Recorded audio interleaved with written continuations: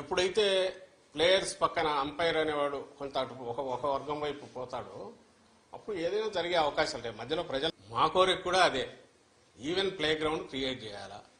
మేము లేము అధికారంలో, ఇప్పుడు అధికారంలో లేమంటే టెక్నికల్లీ ఉండొచ్చు కానీ బట్ ప్రాక్టికలీ ఏసీ పరిధిలో పనిచేస్తుంది. కాబట్టి మేము ఫర్వెంట్ రిక్వెస్ట్ అండ్ ఖచ్చితమైన డిమాండ్ ఏంటంటే ఎలక్షన్ కమిషన్ ఆబ్జెక్టివ్గా పనిచేసి ఒక సెక్షన్కు మాత్రమే కొమ్ముకు వస్తున్న ఒక రాజకీయ శక్తి కంటే టీడీపీ ఆ కూటమి కొమ్ము కాస్తున్న ఎన్నికల కమిషన్ వర్గాలు కానీ అధికారులు కానీ ఎవరు అంటే వాళ్ళను పక్కన పెడితే everything will fall in line, set right అవుతుంది. మా వరకు మేమైతే ఎన్నికల కమిషన్ చేతిలోకి అధికారం పోయిన తర్వాత దాంట్లో వేలు పెట్టాలని కానీ దాని ఏదో అడ్డదారుల్లో వాడుకోవాలని కానీ ఎప్పుడు అనుకోవట్లేదు.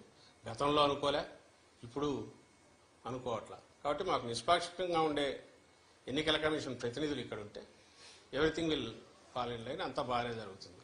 అప్పుడు అవసరం ఉండకపోవచ్చు, ప్రికాషనరీ దీని కింద ఫోర్సెస్ ఉండాలని వాళ్ళు అనుకోవచ్చు. మొన్న జరిగిన దాన్ని బట్టి నేనైతే అవసరం ఉంటుందని అనుకోవట్లా. ఏది నిష్పాక్షికంగా ఎన్నికల సంఘం వ్యవహరిస్తే అవసరం వస్తుంది అయితే అనుకోవట్లేదు.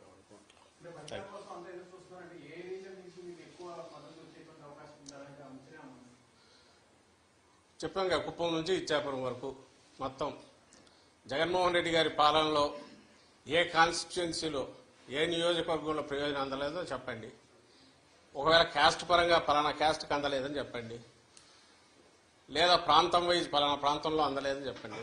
లేదు కదా, యూనిఫామ్గా సాచురేషన్ బేసిస్ మీద కింది నుంచి పై వరకు ఉత్తరాంధ్ర లాస్ట్ ఇచ్చాపురం వరకు అందరికీ ఒకే యార్డ్ స్టిక్తో ఒకే కొలమానంతో అన్ని ప్రయోజనాలు అందాయి.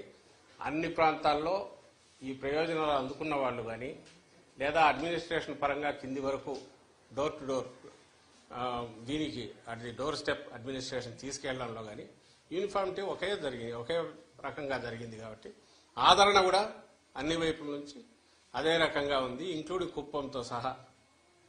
అక్కడ కూడా బలమైన మంచి దీంతో మా పార్టీ గెలవబోతుంది అనేది మాకు కనపడుతున్నది, ఇప్పుడు కనపడుతున్న సూచన.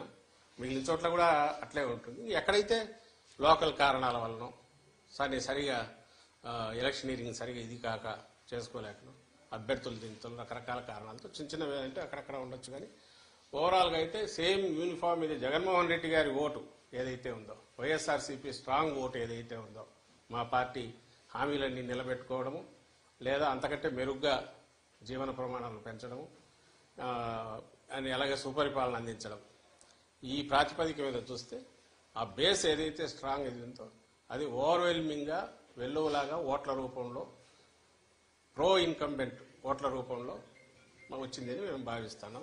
అది కనపడుతోంది. మీకు కూడా నేను ఇంతకుముందు చెప్పిందే, పర్సంటేజ్ ఆఫ్ ఓట్స్ పెరగడం, గంటలు వెయిట్ చేయడం, అలాగే మహిళలు బాగా ఎక్కువ మంది వచ్చి చేయడం. వేరే ఊరు నుంచి ఎవరెవరు వచ్చేస్తున్నారన్నారు. ఎవరు వస్తారో బస్సుల్లో వచ్చే వాళ్ళంతా ప్రయోజనాలు పొందిన వాళ్ళు, పథకాలు తీసుకున్న వాళ్ళు, బెనిఫిషియరీస్, వాళ్ళ కుటుంబాల్లో పిల్లలు మంచి చదువులు చదువుతున్నందువల్ల, లేదంటే వాళ్ళ తల్లికి తండ్రికో పెన్షన్ నెల ఫస్ట్ కంతా జగన్మోహన్ రెడ్డి గారి పుణ్యం, ఇది పుణ్యమాని ఈ గవర్నమెంట్ మా వైఎస్ఆర్సీపీ ప్రభుత్వం పుణ్యమాని వాలంటీర్ తీసుకెళ్లి ఇవ్వడము.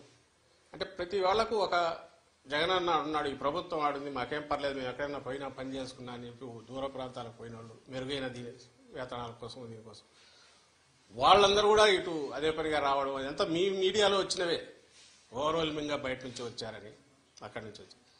ఇవన్నీ కూడా రెండే కారణాలు ఉండాలి. ఒకటి, కొనసాగుతున్న పథకాలు ఇవి రావాలి, ఇవి వస్తే సేఫ్, మా బతుకులు బాగుంటాయి, సేఫ్గా ఉంటుంది అనుకోని ఉండాలి. లేదా చంద్రబాబు నాయుడు ఇచ్చిన ఫాల్స్ ప్రామిసెస్ అని నమ్మి ఉండాలి.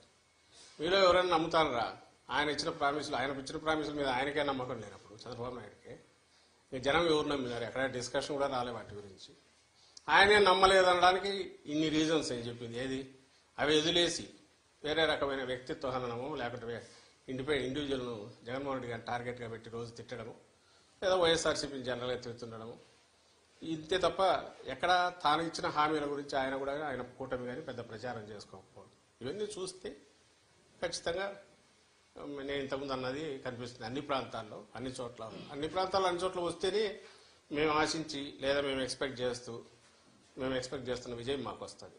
సో అన్ని ప్రాంతాల్లో సమానంగా ఉన్నాయి, బ్రహ్మాండమైన ఆదరణ ఉంది, రిజల్ట్ కూడా అట్లాగే బ్రహ్మాండంగా ఉంటుంది.